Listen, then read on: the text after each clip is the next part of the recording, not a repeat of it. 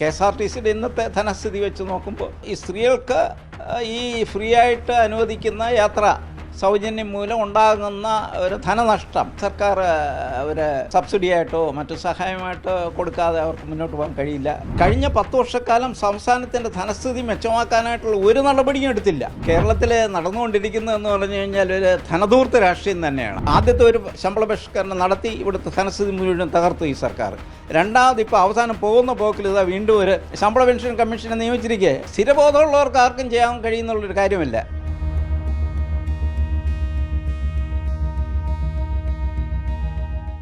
നമസ്കാരം. UDFിൻ്റെ പ്രകടന പത്രികയിൽ ഏറ്റവും പ്രധാനപ്പെട്ട ഒന്നായിരുന്നു KSRTCയിൽ വനിതകൾക്ക് സൗജന്യ യാത്ര അനുവദിക്കും എന്നുള്ളത്. എന്തായാലും ഈ ഒരു സൗജന്യ യാത്രയ്ക്ക് പൂട്ട് വീഴുമോ എന്നുള്ള ചോദ്യമാണ് ഉയർന്നു വരുന്നത്. കാരണം നഷ്ടത്തിൽ ഓടിക്കൊണ്ടിരിക്കുന്ന KSRTCയെ ഈ സൗജന്യ യാത്ര കൂപ്പ് കുത്തിക്കുമോ എന്നുള്ള ചോദ്യവും ഉയർന്നു വരുന്നു. ഈ ഒരു വിഷയത്തിൽ ഇന്ന് മറുനാടനോട് പ്രതികരിക്കുകയാണ് 5ാം ധനകാര്യ കമ്മീഷൻ്റെ അധ്യക്ഷനായിരുന്ന, അതുകൂടാതെ പബ്ലിക് എക്സ്പെൻഡിച്ചർ കമ്മിറ്റിയുടെ ചെയർമാൻ കൂടിയായിരുന്ന BA പ്രകാശ് സാർ. സർ, നമ്മുടെ സംസ്ഥാനം വലിയ ധനപ്രതിസന്ധിയിലൂടെയാണ് കടന്നു പോകുന്നത്. പുതിയ സർക്കാർ അധികാരമേൽക്കുമ്പോൾ പുതിയൊരു വാഗ്ദാനം കൂടി നൽകിയിരിക്കുകയാണ്. സൗജന്യമായ സ്ത്രീകൾക്ക് KSRTCയിൽ ബസ് യാത്ര എന്നുള്ളത്. ഇത് കൂടുതൽ സർക്കാരിനെ ധനപരമായി പരുങ്ങലിലേക്ക് ആക്കുമോ എന്നുള്ള ചോദ്യമാണ് ആദ്യം. ഇതിൽ നമ്മൾ ഇതിൻ്റെ പല വശങ്ങളുമുണ്ട്. ഒന്നാമതായിട്ട് എനിക്ക് തോന്നുന്നത് ഈ തരത്തിലുള്ള ഒരു സൗജന്യ യാത്ര കൊടുക്കേണ്ട ഒരു ആവശ്യമുണ്ടോ? അതായത് നമ്മളൊരു കാര്യം മനസ്സിലാക്കേണ്ടത്, പുരുഷന്മാരെക്കാളും സ്ത്രീകളുടെ പ്രശ്നങ്ങൾ വളരെ വ്യത്യസ്തമാണ്. ഗർഭധാരണം, പ്രസവം, കുട്ടികളെ വളർത്തൽ, പിന്നെ വീട്ടുകാര്യങ്ങൾ അന്വേഷിപ്പ്. നമ്മുടെ സമൂഹത്തിൽ വലിയൊരു ചുമതല സ്ത്രീക്ക് ഈ മേഖലയിലുണ്ട്. അപ്പോൾ ഇതുമൂലം പലർക്കും ഒരു തൊഴിലിന് പോലും പോകാൻ കഴിയാതെ നിൽക്കുന്ന ഒരവസ്ഥയുണ്ട്. അപ്പോൾ ഈ സാഹചര്യത്തിൽ പിന്നെ രണ്ടാമത് വേറൊരു കാര്യം എന്ന് പറഞ്ഞാൽ, നമ്മുടെ സമൂഹത്തിലെ മൊത്തം കുടുംബങ്ങളിൽ ഏതാണ്ട് 38% BPL കുടുംബങ്ങളാണ്.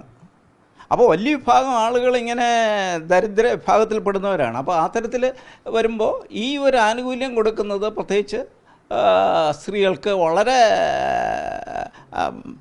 പിന്നീട് നേട്ടമുണ്ടാകുന്ന കാര്യമാണ്, അവർക്ക് കൊടുക്കേണ്ട ഒരു കാര്യമാണ്. അതുകൊണ്ട് ഒരു സോഷ്യൽ വെൽഫെയർ സ്കീം എന്നുള്ള നിലയിൽ സമൂഹത്തിൽ സ്ത്രീകൾക്ക് ഈ നേരിട്ട് കൊടുക്കുന്ന ഒരു ആനുകൂല്യം വളരെ ഗുണകരമാണ്. മറ്റ് സംസ്ഥാനങ്ങളൊക്കെ ഈ തരത്തിൽ കൊടുക്കുന്നുണ്ട്. അത് തീർച്ചയായിട്ടും പിന്നെ ഈ സർക്കാരിൻ്റെ ഒരു പ്രധാനപ്പെട്ട ഒരു വാഗ്ദാനമാണല്ലോ ഇത്. അതുകൊണ്ട് അത് കൊടുക്കണമെന്നുള്ള കാര്യത്തിൽ നമുക്കൊരു തർക്കമില്ല, അത് കൊടുക്കേണ്ടതാണ്. പിന്നെ ഇവിടെ ഉള്ള ഒരു പ്രധാന പ്രശ്നം എന്താണ്? ഇവിടുത്തെ പ്രധാനപ്പെട്ട ഒരു പ്രശ്നം, ഈ KSRTC നഷ്ടത്തിൽ ഇങ്ങനെ നടന്നുകൊണ്ടിരിക്കുന്ന ഒരു സ്ഥാപനം, ഈ നഷ്ടത്തിൽ വളരെ വലിയ നഷ്ടത്തിൽ നടന്നുകൊണ്ടിരിക്കുന്ന ഒരു സാഹചര്യത്തിൽ ഇപ്പോൾ കൊടുക്കാൻ ഒക്കൂ. KSRTC തുടരെ നഷ്ടത്തിലാണ്. അപ്പോൾ സർക്കാരിൻ്റെ സഹായം കൊണ്ടാണ് അത് മുന്നോട്ട് പോകുന്നത്. KSRTCയിൽ നിന്ന് റിട്ടയർ ചെയ്ത് ഏതാണ്ട് 40,000 പെൻഷനേഴ്സുണ്ട്. അവർക്ക് ഈ പെൻഷൻ കൊടുക്കുന്നത് സർക്കാർ അവിടെ നിന്ന് കടമൊക്കെ എടുത്ത് കൊടുത്തു പോകുന്നു. അങ്ങനെ KSRTCയുടെ നില വളരെ പരുങ്ങലിലാണ്. KSRTCയുടെ പ്രവർത്തനം വളരെ മെച്ചമാക്കാനുണ്ട്. പക്ഷേ അവിടെ എനിക്ക് തോന്നുന്നു ഇന്നത്തെ സാഹചര്യത്തിൽ KSRTCക്ക് ഇതുമൂലം വരുന്ന ബാധ്യത ഒരു സബ്സിഡിയായിട്ടോ സഹായമായിട്ടോ കൊടുക്കാതെ KSRTC മുന്നോട്ട് പോകാൻ കഴിയില്ല എന്നുള്ളതാണ്. KSRTCയുടെ ഇന്നത്തെ ധനസ്ഥിതി വെച്ച് നോക്കുമ്പോൾ ഇതുമൂലം വരുന്ന ഈ സ്ത്രീകൾക്ക് ഈ ഫ്രീ ആയിട്ട് അനുവദിക്കുന്ന യാത്ര സൗജന്യം മൂലം ഉണ്ടാകുന്ന ഒരു ധനനഷ്ടം അത് സർക്കാർ ഒരു സബ്സിഡിയായിട്ടോ മറ്റു സഹായമായിട്ടോ കൊടുക്കാതെ അവർക്ക് മുന്നോട്ട് പോകാൻ കഴിയില്ല എന്നുള്ളതാണ്. പിന്നെ മൂന്നാമത് ഏറ്റവും പ്രധാനപ്പെട്ട ഒരു കാര്യം, വളരെ രൂക്ഷമായിട്ടുള്ള ധനപ്രതിസന്ധിയാണ്. ഒരു തരത്തിൽ നമ്മൾ പറഞ്ഞു കഴിഞ്ഞാൽ ഈ കഴിഞ്ഞ 10 വർഷത്തിനിടയിൽ കാര്യങ്ങൾ വളരെ മോശമായി. അതിൻ്റെ ഈ വിഷയം വളരെ ക്ലോസായിട്ട് വാച്ച് ചെയ്യുന്ന ഒരാളെന്നുള്ള നിലയിൽ ഞാൻ കാണുന്നതെന്ന് പറഞ്ഞു കഴിഞ്ഞാൽ, ഈ കഴിഞ്ഞ 10 വർഷക്കാലം സംസ്ഥാനത്തിൻ്റെ ധനസ്ഥിതി മെച്ചമാക്കാനായിട്ടുള്ള ഒരു നടപടിയും എടുത്തില്ല. ഈ ഇന്ത്യയിലെ 24 സംസ്ഥാനങ്ങളിലും 10 വർഷത്തിലൊരിക്കൽ ശമ്പള പെൻഷൻ പരിഷ്കരണം നടത്തും. അതാണ് ഒരു പ്രധാനപ്പെട്ട കാരണം. ഇവിടെ നമ്മളിപ്പോൾ ആദ്യത്തെ ഒരു ശമ്പള പരിഷ്കരണം നടത്തി ഇവിടുത്തെ ധനസ്ഥിതി മുഴുവൻ തകർത്തു ഈ സർക്കാർ.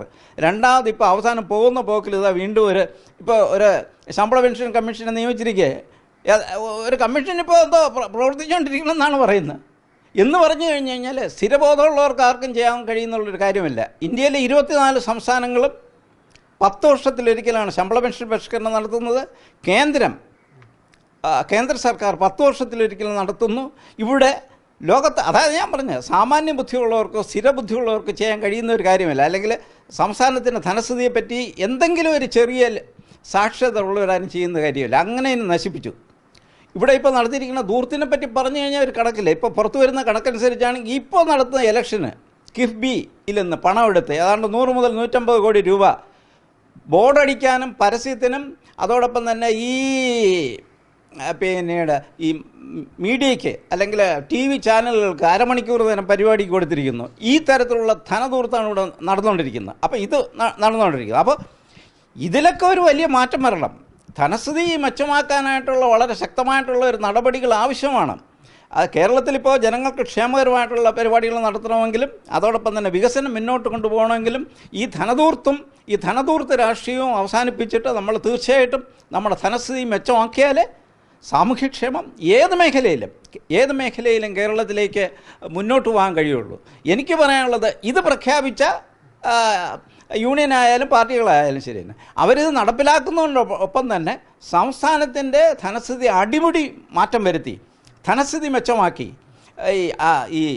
ഈ ജനങ്ങളിൽ നിന്ന് പിരിക്കുന്ന നികുതിയായ പണവും മറ്റു പണവും ജനക്ഷേമ പരിപാടികൾക്കും വികസനത്തിന് വേണ്ടി ചിലവാക്കുന്ന ഒരു കാഴ്ചപ്പാട് ഇവിടെ ഒരുപാട് മേഖലകളിൽ അനാവശ്യമായിട്ടുള്ള ഒരുപാട് സ്ഥാപനങ്ങൾ നമ്മൾ തുടങ്ങി വെച്ചിരിക്കുന്നു. അനാവശ്യമായിട്ടുള്ള ഒരുപാട് ധനധൂർത്ത് ഇങ്ങനെ തുടരെ നടന്നു വരുന്നു എന്നുള്ളതാണ്. അപ്പോൾ അതിൽ നിന്നൊരു പാടെ മാറ്റം വരുത്തിയാൽ മാത്രമേ ഈ തരത്തിലുള്ള ക്ഷേമ വികസന പദ്ധതികൾ സംസ്ഥാനങ്ങൾക്ക് നടപ്പിലാക്കാൻ കഴിയും എന്നുള്ള ഒരവസ്ഥ നിലനിൽക്കുന്നു. ഇപ്പോൾ നമ്മൾ ഈ കേരളത്തിൽ നടന്നുകൊണ്ടിരിക്കുന്നതെന്ന് പറഞ്ഞു കഴിഞ്ഞാൽ ഒരു ധനധൂർത്ത് രാഷ്ട്രീയം തന്നെയാണ്. അതായത് ഒരുപാട് വലിയ എസ്റ്റാബ്ലിഷ്മെൻറ്റുകൾ സ്ഥാപിക്കുക, പൊതുമേഖലാ സ്ഥാപനങ്ങൾ സ്ഥാപിക്കുക, അല്ലെങ്കിൽ കോപ്പറേറ്റീവ് സ്ഥാപനങ്ങൾ സ്ഥാപിക്കുക, ഇതെല്ലാം നഷ്ടത്തിൽ നടക്കുക. എന്നിട്ട് സർക്കാരിൻ്റെ പണം ഇവർക്ക് കൊടുക്കുക. ഇവിടെ ഇപ്പോൾ കാലടിയിലെ ഒരു സർവകലാശാലയുണ്ട്. ആ സർവകലാശാലയിൽ മൊത്തം വിദ്യാർത്ഥികളുടെ പകുതിയോളം ഒരു അധ്യാപകർ. ഒന്ന് ആലോചിച്ച് നോക്കുക, അവിടെ അത് മൂലം വരുത്തിയിരിക്കുന്ന ഒരു ബാധ്യത. നമ്മളിപ്പോൾ മലയാളം യൂണിവേഴ്സിറ്റി എന്ന് പറഞ്ഞുകൊണ്ട് തുടങ്ങി വെച്ചിരിക്കുക ഒരെണ്ണം. അപ്പോൾ ഒരു യൂണിവേഴ്സിറ്റി എന്ന് പറഞ്ഞാൽ ഒരു vice chancellor, pro vice chancellor, മറ്റേ കമ്മിറ്റി, ഈ കമ്മിറ്റി എന്ന് പറഞ്ഞ് കുറേ അധികം പ്രമാണിമാർ വരുന്നു മലയാളം പഠിപ്പിക്കാനാണ്. കേരളത്തിൽ ഇവിടെ പ്രധാനപ്പെട്ട എല്ലാ സർവകലാശാലയിലും മലയാളം പഠിപ്പിക്കാനായിട്ടുള്ള ഡിപ്പാർട്ട്മെൻറ്റുകളുണ്ട്, മലയാള ഗവേഷണത്തിന് സൗകര്യമുണ്ട്. 1 ഡസനിലധികം അക്കാഡമികളും മറ്റ് സ്ഥാപനങ്ങളും മലയാളത്തിനെ അധികം സപ്പോർട്ട് ചെയ്യാനായിട്ടുണ്ട്. ഇതുകൊണ്ടൊന്നും നമ്മൾ മലയാളം നന്നാക്കിയില്ല എന്ന് പറഞ്ഞുകൊണ്ട് ഈ തരത്തിലുള്ള ഇത് എല്ലാ മേഖലകളിലും കാണാം. അനാവശ്യമായിട്ടുള്ള ഒരുപാട് പൊതുമേഖലാ സ്ഥാപനങ്ങൾ തുടർച്ചയായിട്ട് നഷ്ടത്തിൽ നടക്കുന്നത് രാഷ്ട്രീയ താല്പര്യം വെച്ച് നിലനിർത്തിയിരിക്കുന്നു. കോപ്പറേറ്റീവ് മേഖലയിൽ ആവശ്യമില്ലാതെ സർക്കാർ പണം കൊടുത്ത് ഇങ്ങനെ ഒരുപാട് നിർത്തിയിരിക്കുന്നു. അപ്പോൾ ഈ തരത്തിലുള്ള ഒരുപാട് ഇന്ന് സംസ്ഥാനത്തിൽ നിലനിൽക്കുന്ന രാഷ്ട്രീയം, ധനധൂർത്ത്, ആഡംബരം ഒരുപാട് മേഖലയിൽ നമ്മൾ വെട്ടിക്കുറച്ചാൽ മാത്രമേ നമ്മുടെ ധനസ്ഥിതി മെച്ചമാകാൻ കഴിയൂ. അതോടൊപ്പം തന്നെ ഈ തരത്തിലുള്ള ക്ഷേമ പദ്ധതികൾക്ക് പണം കണ്ടെത്താൻ കഴിയും. എന്തായാലും ഇക്കഴിഞ്ഞ ദിവസം ഈ സൗജന്യ യാത്രയുമായി ബന്ധപ്പെട്ട് KSRTC ആദ്യ നടപടിക്രമം ആരംഭിച്ചിരിക്കുന്നു. അതായത് ടിക്കറ്റ് മിഷനിൽ ലിംഗഭേദം രേഖപ്പെടുത്തി തുടങ്ങിയിരിക്കുന്നു. അതേസമയം തന്നെയാണ് ചില വാർത്തകൾ പുറത്ത് വരുന്നതും. ഈ സോഷ്യൽ മീഡിയയിലടക്കം ഈ ഒരു സൗജന്യ യാത്ര നടപ്പിലാക്കി കഴിഞ്ഞാൽ KSRTC വീണ്ടും കൂപ്പുകുത്തും. അതായത് വരുമാനത്തിലടക്കം വളരെ വലിയൊരു ഇടിവ് സംഭവിക്കും. അതായത് സൗജന്യ യാത്ര നടപ്പിലായാൽ പ്രതിവർഷം 2160 കോടി രൂപയുടെ നഷ്ടം ഉണ്ടാകുമെന്നുള്ള അടക്കമുള്ള വാർത്തകളും സോഷ്യൽ മീഡിയയിൽ അത്തരത്തിലുള്ള ഒരു പ്രചരണങ്ങളെല്ലാം തന്നെ നടക്കുന്നുണ്ട്. ഇവിടെ എടുത്തു പറയേണ്ടത് ശ്രീ BA പ്രകാശ് സാർ പറഞ്ഞു വെച്ചതുപോലെ രാഷ്ട്രീയ നേതാക്കളും മന്ത്രിമാരും നടത്തുന്ന ധൂർത്തുകളാണ് ആദ്യം ഒഴിവാക്കേണ്ടത്. ഇതൊരു സാമൂഹിക പ്രവർത്തനമാണ്. സർക്കാർ ജനങ്ങൾക്ക് നടപ്പിലാക്കി കൊടുക്കേണ്ട ജനക്ഷേമ പ്രവർത്തനമാണ്. അതിനാണ് മുൻഗണന നൽകേണ്ടത്, അല്ലാതെ ധൂർത്തിനല്ല. ക്യാമറമാൻ അഖിൽ അശോകിനൊപ്പം അമൽ രുദ്ര, മറുനാടൻ മലയാളി, തിരുവനന്തപുരം.